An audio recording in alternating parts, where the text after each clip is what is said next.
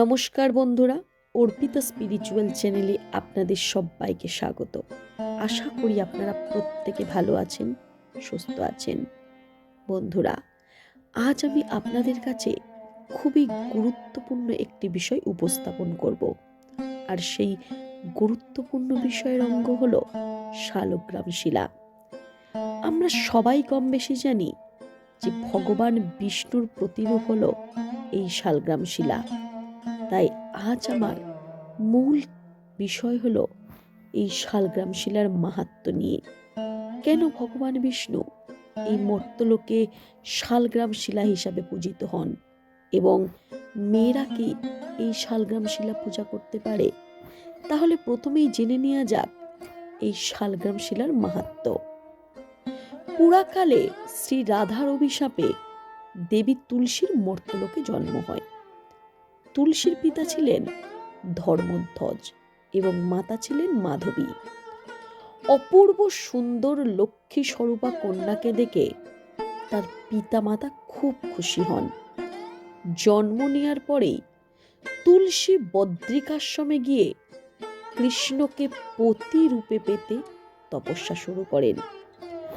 বহু বছর ধরে তাকে কঠিন তপস্যা করতে দেখে ব্রহ্মাদেব স্বয়ং তার কাছে আসেন।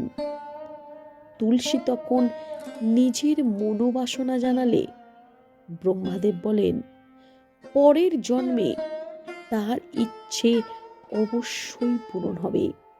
তার জন্য তাকে পর জন্ম পর্যন্ত অপেক্ষা করতে হবে। এদিকে গোলকে থাকাকালীন কৃষ্ণের সখা সুদামা রাধিকার কাছ থেকে অভিশাপ প্রাপ্ত হন এবং সেই অভিশাপের ফলে মর্ত্যলোকে সুদামা দৈত্যরাজ শঙ্খচূড় নামে জন্মগ্রহণ করেন।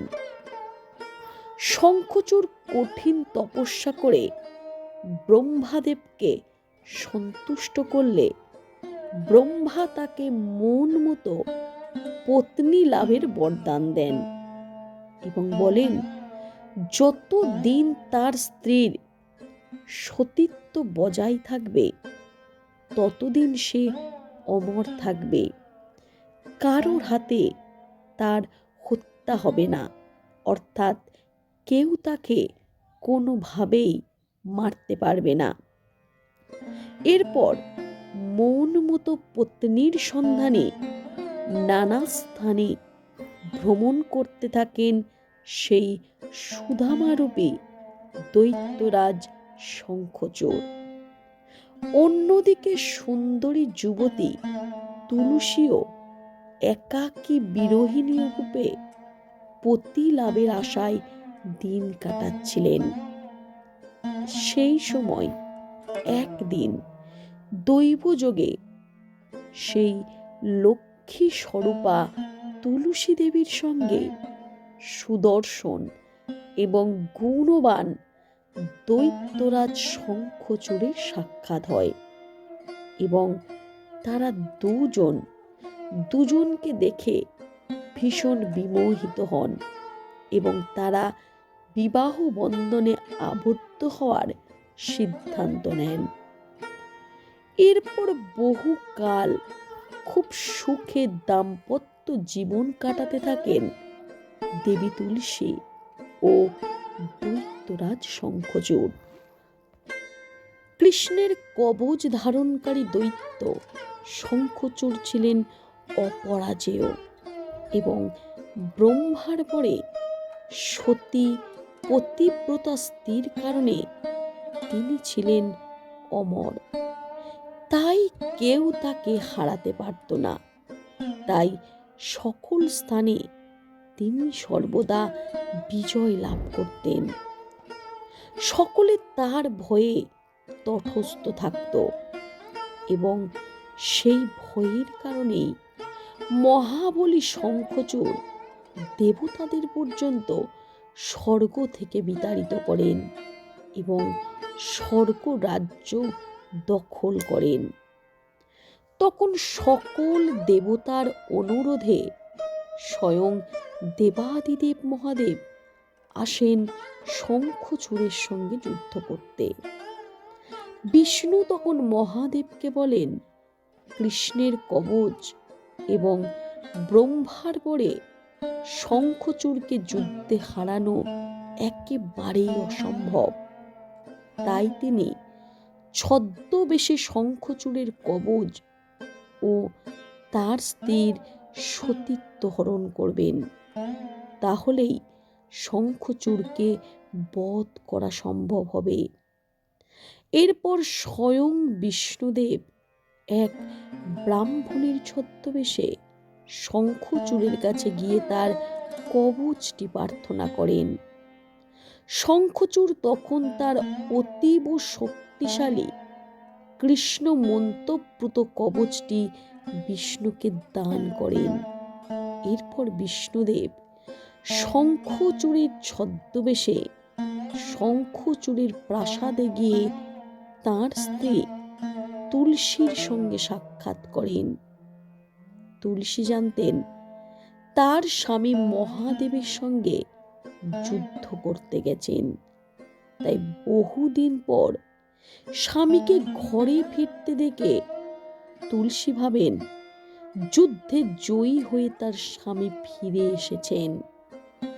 তুলসী তখন খুব আনন্দিত হন এবং শঙ্খচূড়ের ছদ্মবেশধারী ভগবান বিষ্ণুর সঙ্গে তুলসী দেবী মিলিত হন। এর ফলে তুলসী দেবীর সতীত্ব নষ্ট হয়ে যায়। আর তখনই যুদ্ধক্ষেত্রে মহাদেবের ত্রিশূল দ্বারা দৈত্যরাজ শঙ্খচূড় নিহত হন। এদিকে দেবী তুলসী তখন সব বুঝতে পারেন এবং বিষ্ণু নিজের আসল রূপ ধারণ করে তুলসীর সম্মুখে উপস্থিত হন। তুলসী তখন কাঁদতে কাঁদতে বলেন, বিষ্ণু তার স্বামীর ছদ্মবেশে এসে তার সতীত্ব হরণ করে স্বামীর বধের কারণ হয়েছে। এইরূপ পাষাণ হৃদয় নিয়ে তিনি নিরপরাধ তুলসীর সঙ্গে এরকম করলেন। এর ফলে তিনি কোনোদিনই আর সঠিকভাবে পূজা পাবেন না, কারণ তার এই পাষাণ হৃদয়ের জন্য তিনি পাষাণে পরিণত হবেন। তুলসীর এই অভিশাপে ভগবান বিষ্ণু পরে শালগ্রাম শিলারূপে পাষাণে রূপান্তরিত হয়েছিল। এরপর বিষ্ণু তুলসীকে বলেন, তার তপস্যার কারণে পরের জন্মে গোলক ধামে গিয়ে কৃষ্ণকে পতি রূপে লাভ করবেন স্বয়ং দেবী তুলসী। তখন স্বামীর শোকে মোহমান হয়ে দেবী তুলসী তৎক্ষণাৎ দেহত্যাগ করেন এবং সোজা গোলক ধামে গিয়ে কৃষ্ণের সঙ্গে মিলন হয় তার। এইভাবে ভগবান নারায়ণ তুলসী দেবীর অভিশাপে শালগ্রাম শিলাতে পরিণত হয়েছিলেন এবং সেই শালগ্রাম শিলায় আজ নারায়ণ রূপেই পূজিত হয় এবং নারায়ণের আশীর্বাদে স্বয়ং তুলসী বৃক্ষে জন্ম নেয় এবং নারায়ণ এই প্রতিজ্ঞা করেন যে তার সমস্ত পূজাতে তুলসী পাতা না হলে কখনোই তার পূজা সম্পন্ন হবে না। তাই আমরা সবাই জানি যে নারায়ণ কৃষ্ণের পুজোতে তুলসী পাতা অবশ্যই লাগে। এবার আসবো, মেয়েরা কি এই শালগ্রাম শিলা পুজো করতে পারে? অর্থাৎ কারা তাহলে শালগ্রাম শিলা পূজা করার অধিকারী? শাস্ত্র বলছে প্রত্যেক মানুষই শালগ্রাম শিলা পূজা করার অধিকারী, কারণ শুদ্ধ মনে শুদ্ধ চিত্তে মেয়ে হোক বা কোনো নারী, শূদ্র, ক্ষত্রিয়, ব্রাহ্মণ যে কেউ শালগ্রাম শিলা পূজা করতে পারে। শালগ্রাম শিলা পূজা করার কোনো রকম কোনো বিধিনিষেধ কারোর ওপর নেই। তবে অবশ্যই মাসিক চলাকালীন মেয়েদের এই শালগ্রাম শিলা পুজো করা উচিত